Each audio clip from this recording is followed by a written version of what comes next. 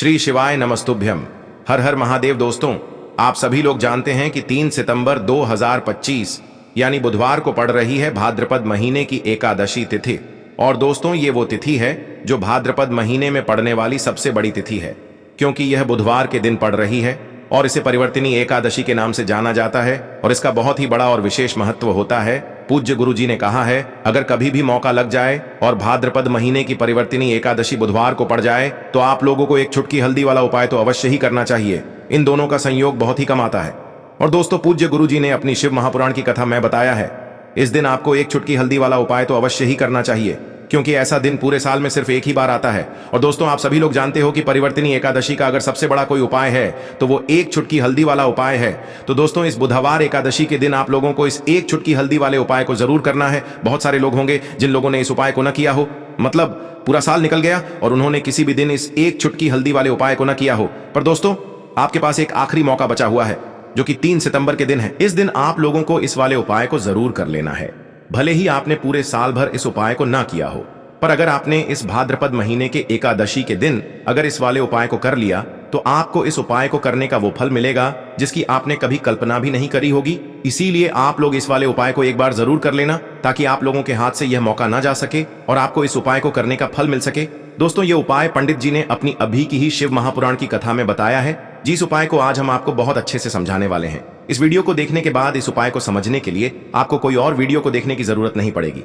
तो चलिए दोस्तों, उपाय को शुरू करते हैं। देखिए, यह इस भाद्रपद महीने के बुधवार के दिन यह इतना खास होता है, इतना महत्वपूर्ण होता है। देखा गया है कभी कभी बड़े बड़े पूजा पाठ अनुष्ठान से जो मनोकामना पूर्ण नहीं होते, वो इस भाद्रपद महीने के एकादशी के दिन एक छोटे से उपाय करने से ही आपकी मनोकामना पूर्ण हो जाती है। और बहुत सारे लोगों ने इस उपाय को किया भी है और उनको इस उपाय को करने का फल भी जरूर मिला है। अगर आप लोग भी इस उपाय को बुधवार एकादशी के दिन करना चाहते हैं तो आप इस उपाय को पहले अच्छे से समझ लेना, सुन लेना, उसके बाद करना। आपको इस उपाय का फल जरूर मिलेगा। और इस उपाय को कर लेने से आपके घर में चाहे किसी भी प्रकार की दुख और समस्या क्यों ना चल रही हो, आपको उसका कारण भी नहीं पता है कि भाई यह समस्या किस कारण से चल रही है, उसका कुछ भी कारण हो सकता है, जैसे पितृदोष हो सकता है या किसी भी तरह का मंगल दोष भी हो सकता है।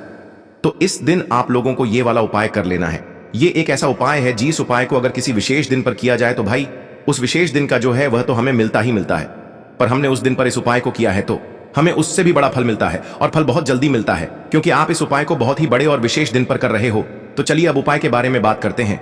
लेकिन उससे पहले आप लोगों को यह जानना आवश्यक है कि आखिर यह उपाय किस समय करना है, किसको करना है और कैसे करना है। तो चलिए हम आगे आपको वीडियो में एक एक करके बता देते हैं। लेकिन उससे पहले अगर आप लोग हमारे चैनल पर नए हैं तो हमारे चैनल को सब्सक्राइब कर लेना और इस वीडियो को लाइक करके कमेंट बॉक्स में श्री शिवाय नमस्तुभ्यम ओम नमः शिवाय जरूर टाइप कर देना। और अपने फायदे के लिए, गरीबी दूर करने के लिए इस वीडियो को पूरा देख कर जाना, तभी आपको लाभ की प्राप्ति होगी। यदि आज आपने वीडियो को बीच बीच में से देखा, काट काट कर देखा, तो आपको जीवन में कभी सफलता हासिल भी नहीं होगी। तो दोस्तों, इस एक चुटकी हल्दी वाले उपाय को हमें इस एकादशी के दिन कैसे करना है, किसको करना है, किस समय करना है और कहां पर करना है, ये सारे सवालों के जवाब आपको इस वीडियो में मिल जाएंगे। और जो ये वीडियो देखेगा भाई, उसको एक चुटकी हल्दी वाला उपाय जरूर करना चाहिए, क्योंकि इस दिन हल्दी का भी बहुत ही बड़ा और विशेष महत्व होता है। और जब बात आ जाए एक चुटकी हल्दी की तो ये सोने पे सुहागा वाली बात हो जाती है और ये एक बहुत ही बड़ा उपाय हो जाता है इस परिवर्तिनी एकादशी व्रत का। अब हम समझते हैं इस वाले उपाय को हमें करना किस समय है। इस एक हल्दी दीपक वाले उपाय को हमें इस बुधवार के दिन करना किस समय है। तो देखिए, इस उपाय को करने का जो समय है वह सुबह का समय है और शाम का समय भी है। अब देखिए, यहां पर हम मुख्य रूप से सुबह का समय नहीं बोलेंगे, क्योंकि 3 सितंबर बुधवार एकादशी का दिन है। बाकी अगर सुबह के समय भी करेंगे तो भी अच्छा होगा, उसमें कोई भी दिक्कत वाली बात नहीं है। तो चलिए जानते हैं इस विशेष उपाय के बारे में। लेकिन उससे पहले एक प्रार्थना, अगर आप इस चैनल पर नए हैं तो आप इस वीडियो को लाइक करें, चैनल को सब्सक्राइब करें और कमेंट बॉक्स में आप अपनी राशि या अपना नाम जरूर डाल दें, क्योंकि हम राशि से जुड़ा भाग्य भी बताते हैं और भाग्य में चल रही परेशानियों को दूर करने के लिए वह आसान से आसान उपाय भी बताते हैं। तो चलिए अब हम अपने सबसे पहले उपाय की बात कर ले। देखिए, भादो मास के दिनों में विशेषकर भगवान शिव और माता पार्वती और विष्णु भगवान का पूजन किया जाता है। अब साथ ही साथ परिवर्तिनी एकादशी का दिन भी पड़ गया है, तो ऐसा समझ लीजिए आपके जीवन में धन भी आएगा, सुख भी आएगा, धन बढ़ेगा भी, और साथ ही साथ आपके जीवन के सारे संकटों को भगवान शिव जी दूर कर देंगे। तो चलिए सबसे पहले बात कर लेते हैं सबसे पहले उपाय की, जो कि बुधवार एकादशी वाले दिन आपको विशेष कर करना है। और इस उपाय को करने से आपकी कोई भी ऐसी इच्छा, कोई भी विश जो अभी तक अधूरी है, पूरी नहीं हो रही है, तो आपकी बड़ी से बड़ी विश और मनोकामना भी पूरी हो जाती है। जब आप एकादशी वाले दिन इस पहले उपाय को कर लेते हैं तो देखिए, आप सभी जानते हैं कि श्री हरि विष्णु जो है, उन्हें तुलसी दल सबसे प्रिय है। बिना तुलसी माता के श्री हरि विष्णु अधूरे हैं और बिना तुलसी पत्तों के श्री हरि विष्णु का भोग अधूरा है। अब श्री हरि विष्णु को प्रसन्न करके आप अपनी किसी भी मनोकामना को पूरा कर सकते हैं, क्योंकि श्री हरि विष्णु प्रसन्न हो गए तो आपकी कोई भी विश और इच्छा मनोकामना अधूरी नहीं रहेंगी। तो आपको तुलसी के 5 पत्ते लेने हैं। अब ये 5 तुलसी के पत्ते जो आपने लिए हैं, ये 5 तुलसी के पत्ते आपको श्री हरि विष्णु को अर्पित करने हैं अपने घर के मंदिर में ही। ठीक है, ऐसा आपको करना है। आपके घर में श्री हरि विष्णु की कोई मूर्ति है, प्रतिमा है, वहां पर यह 5 तुलसी के पत्ते आप रखें और साथ ही साथ एक देसी घी का दीपक गोल बाती का आपको लगाना है और ओम नमो भगवते वासुदेवाय नमः इस मंत्र का आपको 11 बार जप करना है। देखो मंत्र कौन सा है, ओम नमो भगवते वासुदेवाय नमः। और फिर श्री हरि विष्णु से अपनी विश, अपनी इच्छा, अपनी मनोकामना कह देना और फिर देखना आपकी विश और इच्छा, जो भी आपकी मनोकामना है, जो भी अपने जीवन में आपको चाहिए। अगर निर्धनता बहुत है, आप अपने घर से गरीबी को दूर करना चाहते हैं, या फिर धन आपका बढ़ता नहीं है, आप चाहते हैं कि आपका धन बढ़े, या फिर आपके घर में फिजूल खर्ची बहुत होती है, पैसा आपके पास नहीं रुकता है, आप चाहते हैं कि पैसा आपके पास रुके, या फिर घर में कोई व्यक्ति ऐसा है जो बहुत बीमार रहता है, या फिर किसी का विवाह नहीं हो पा रहा है, तो जो भी आपकी इच्छा है, जो भी आपके विश है, बस एक बार श्री हरि विष्णु से कह देना। इस दिन है, साथ ही 7 साल का सबसे बड़ा दिन है। यह दिन इतना उत्तम है कि जो आप श्री हरि विष्णु से मांग लेंगे, जो उनसे कह देंगे, वह आपकी विश, आपकी मनोकामना को बहुत जल्दी पूरा कर देंगे। तो यह पहला उपाय है। चलिए बात करते हैं दूसरे उपाय की। देखो, यदि आपके जीवन में आर्थिक संकट बहुत अधिक हो रहे हैं, धन की समस्या लगातार जीवन में बनी हुई है, एक एक रुपयों को प्राप्त करने के लिए आपको बहुत अधिक मेहनत कर रहे हैं, तो आज रात्रि में सोने से पहले आपको यह एक चमत्कारी दीपक का उपाय अवश्य करना है। या फिर यदि आपका जो व्यापार है, बिजनेस है, दुकान है, वह अच्छे से नहीं चल पा रही है, तो आज रात्रि में इस विशेष दीपक का उपाय आपको अवश्य करना चाहिए। देखो दोस्तों, दीपक हमारे घर में सभी नकारात्मक शक्ति को बाहर करता है। यह उपाय आपको साल में केवल एक बार करने का ही मौका मिलता है। देखिए, इस उपाय के लिए आपको तुलसी जी की जो सूखी लकड़ी होती है, उसे ले लेना है। देखिए दोस्तों, यदि आपके पास पुरानी तुलसी जी की लकड़ी है तो उसे आप ले सकते हैं, और यदि आपके घर में तुलसी जी जो लकड़ी है वह सूखी हुई है तो उसकी लकड़ी आप तोड़ करके इस्तेमाल कर सकते हैं। लेकिन आपको ध्यान रखना है कि सूर्यास्त से पहले पहले ही आपको यह जो तुलसी जी की लकड़ी है, इससे अवश्य ही तोड़ लेना है। तो इस उपाय के लिए आपको सबसे पहले तो एक मिट्टी का दीपक लेना होगा। चाहे तो आटे का दीपक भी ले सके, क्योंकि आटे का दीपक सभी दीपक में सर्वोत्तम माना गया है। इस दीपक के अंदर आपको शुद्ध घी का प्रयोग करना होगा और इससे दीपक के अंदर आपने जो तुलसी जी की लकड़ी ली है उसे भी रख देना है। लेकिन ये जो तुलसी जी की लकड़ी है, इसमें आपको चारों तरफ अच्छे से घी लगा लेना है। देखिए, गुरु जी ने बताया है कि जो तुलसी जी की लकड़ी है, यदि आप उपाय करते हैं और बहुत ही शीघ्रता से जल जाती है, तो इसके लिए आपको एक कार्य करना है। आपको थोड़ी सी रुई ले लेनी है और उस रुई को आपने जो तुलसी जी की लकड़ी ली है उस पर अच्छे से चारों तरफ लपेट देनी है। तुलसी जी की लकड़ी के ऊपर रुई लपेटने के बाद इसे आपको पूरा घी के अंदर डुबो लेना है। अब इसे आपको बाती के रूप में प्रयोग करना है। अब दोस्तों, इस दीपक को आपको प्रज्वलित कहाँ करना है? तो इस दीपक को आपको या तो भगवान विष्णु के सामने प्रज्वलित करना होगा, या फिर आपको भगवान श्री राम के सामने प्रज्वलित करना होगा, या फिर भगवान कृष्ण के सामने, यानी कि भगवान विष्णु के जो भी अवतार हैं उनके सामने आप ये दीपक प्रज्वलित कर सकते हैं। या फिर आप इस दीपक को माता तुलसी जी के सामने भी प्रज्वलित कर सकते हैं। पूज्य गुरु जी ने बताया है कि जो भी व्यक्ति इस प्रकार से तुलसी जी की डंडी से यह दीपदान कर देता है, उसके जीवन में कभी भी धन की समस्या नहीं होती है। इसीलिए आपको यह पूरे साल में केवल एक बार ही मौका मिलता है।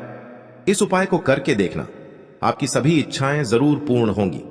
यह जो उपाय है रात्रि में सोने से पहले करना है। अब बताते हैं तुलसी के गमले में आपको वह कौन सी चीज डालनी है जिस उपाय को करने से आप अपने जीवन में महाधनी बन जाएंगे। इतना धन आपको मिलेगा कि कभी भी आपके धन में कमी नहीं आएगी, कभी भी आपका धन बर्बाद नहीं होगा। आपके पैसे की बर्बादी बिल्कुल आपके जीवन से रुक जाएगी। और जो लोग कहते हैं कि घर में पैसा तो आता है, पैसा रुकता नहीं है और पैसा बढ़ता नहीं है, वृद्धि नहीं हो रही है, उन्हें भी विशेष यह तीसरा उपाय एकादशी वाले दिन जरूर करना चाहिए। तो देखिए, पहले ही आपको बता दिया कि श्री हरि विष्णु की पूजा और उनका भोग श्री मतलब तुलसी मैया के बिना अधूरा है ना? और तुलसी मैया जो है वह श्री हरि विष्णु के बिना अधूरी है। तो देखिए, जब भी आप तुलसी का कोई उपाय करेंगे तो सीधे सीधे आप श्री हरि विष्णु को प्रसन्न कर लेते हैं। अब व्यक्ति को, यानी जो भी व्यक्ति है, किस व्यक्ति को कितना धन देना है, यह श्री हरि विष्णु के हाथ में होता है। धन देने का काम मां लक्ष्मी करती है, जो कि मां तुलसी का ही एक रूप है। मां तुलसी जो है ये माता लक्ष्मी का ही स्वरूप है ना। तो आपको करना क्या है, आपको लेनी है यहां पर हल्दी पीसी हुई, जो कि श्री हरि विष्णु से जुड़ी हुई है, आपके गुरु गृह से जुड़ी हुई है, आपकी कुंडली में गुरु को मजबूत करती है, सुख सौभाग्य को खींचने का काम करती है, धन को बढ़ाने का काम करती है। तो एक चुटकी पिसी हुई हल्दी आपको लेनी है, और यह पिसी हुई सूखी हल्दी ही आपको अपने गमले में, तुलसी का पौधा जिस गमले में लगा है उसमें अच्छे से इस हल्दी को डालना है, ठीक है ना। और ओम नमो भगवते वासुदेवाय नमः इस मंत्र का जाप करना है। कितनी बार, कम से कम 11 बार जाप करना है। ओम नमो भगवते वासुदेवाय नमः इस मंत्र का जाप करते रहना है, और हल्के हल्के से तुलसी के पौधे में आपको पूरे गमले में पीसी हुई हल्दी का छिड़काव करना है। तो देखिए, जो व्यक्ति इस उपाय को एकादशी के दिन कर लेता है, ऐसा समझ लीजिए अपने जीवन से नहीं आने वाली 7 पीढ़ियों के जीवन से निर्धनता और गरीबी को दूर कर देता है। क्योंकि हल्दी जो है ना, यह साधारण नहीं है। हल्दी इतनी उत्तम होती है कि रातों रात आपके जीवन में चमत्कार करती है। आपने देखा होगा कि कोई भी शादी होती है, विवाह होता है ना, कोई भी ऐसा शुभ काम हम करते हैं उसमें हल्दी जरूर लेते हैं। गृह प्रवेश जब हम करते हैं तो हल्दी के स्वास्तिक का निर्माण करते हैं।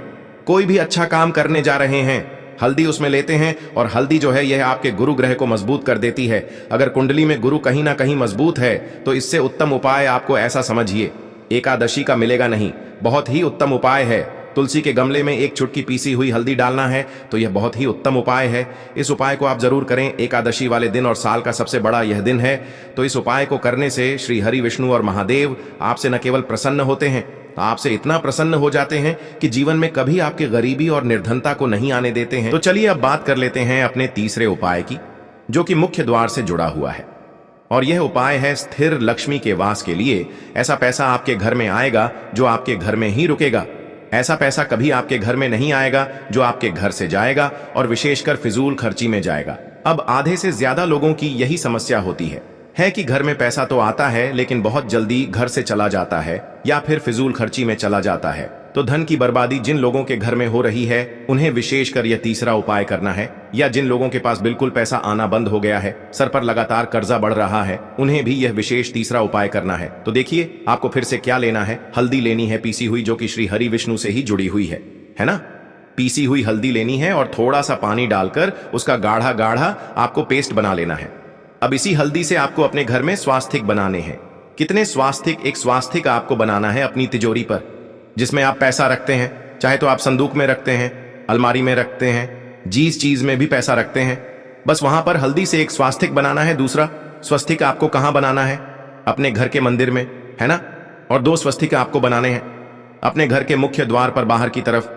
हल्दी से 4 स्वास्तिक आपको बनाने हैं। 2 स्वास्तिक मुख्य द्वार पर बाहर की तरफ, एक तिजोरी पर है ना, और एक अपने घर के मंदिर में।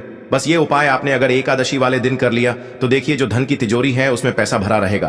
कभी भी धन की तिजोरी धन से खाली नहीं होगी, क्योंकि जहां पर हल्दी का स्वस्तिक एक होता है वहां कभी धन की कमी नहीं होती है। हमेशा वहां पर धन की देवी माता लक्ष्मी वास करती हैं, क्योंकि हल्दी किससे जुड़ी हुई है? श्री हरि विष्णु से। और मां लक्ष्मी कहां होती है? जहां श्री हरि विष्णु वास करते हैं। अब बात करें कि आपके घर का मंदिर जो है उसमें अगर आप एक स्वास्तिक बनाते हैं तो आपके घर से ऊर्जा जो है, पूरे में ऊर्जा फैलती है ना। तो आपके घर में पॉजिटिव एनर्जी बढ़ती है, सकारात्मक ऊर्जा बढ़ाती है। जब आप अपने घर के मंदिर में हल्दी का स्वस्तिक बनाते हैं, आपके घर से बुरी शक्तियां, नेगेटिव एनर्जी जैसी चीजें बिल्कुल आपके घर में नहीं रुकती है। मुख्य द्वार तो इतना उत्तम होता है कि मुख्य द्वार से ही मां लक्ष्मी की नजर सबसे पहले आपके मुख्य द्वार पर ही पड़ती है। और मुख्य द्वार पर अगर आपने हल्दी के स्वस्तिक बना दिए तो मां लक्ष्मी देखते ही प्रसन्न हो जाती है, क्योंकि यह श्री हरि विष्णु से जुड़ी हुई है ना। और हल्दी के स्वास्तिक जहां पर जो व्यक्ति अपने घर के मुख्य द्वार पर बनाते हैं, ऐसा समझ लीजिए मां लक्ष्मी उनके घर में वास करती है और कभी भी ऐसे घर को फिर छोड़कर नहीं जाती है। स्थिर लक्ष्मी का वास आपके घर में होगा।